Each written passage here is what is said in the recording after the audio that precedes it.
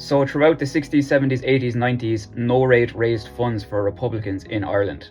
How did they raise the funds? What kind of events did they have? Well, pretty straightforward stuff. I mean, originally in the 70s, they used to get a car and raffle off a car up at Gaelic Park. Like they had these huge raffles within Irish Northern Aid. And the tickets were sent out to all the units all around the country. And so that was a big fundraiser. Then there was like there was dinner dances once a year, like in every city, where all the politicians and the cops and firemen got together. At the time, would have been expensive tickets. You know, say there were 30 up to 100 or whatever as time went on.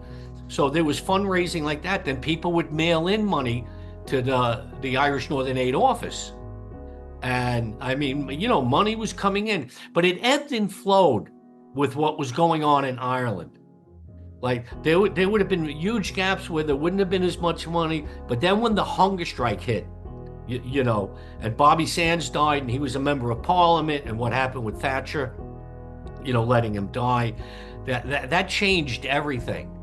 And then, you know, there was a ton of money, but always fundraising. And the other fundraising we had is the IRA prisoners in Long Kesh and Port had crafts that they would send out harps, wallets, all different types of crafts that they made.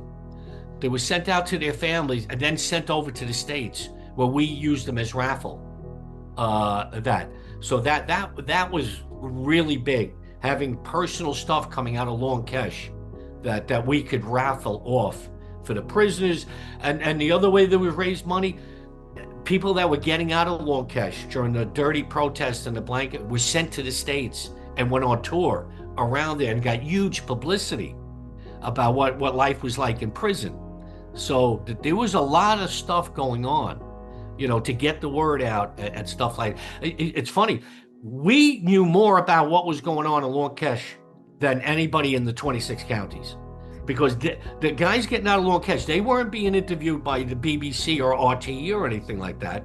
You know, they were shunned. You had Section 31, where you couldn't get anybody from Sinn Féin or somebody with a Republican point of view on to the 26 county TV. And up north, it was just outright banned. Sinn Féin was banned from the BBC.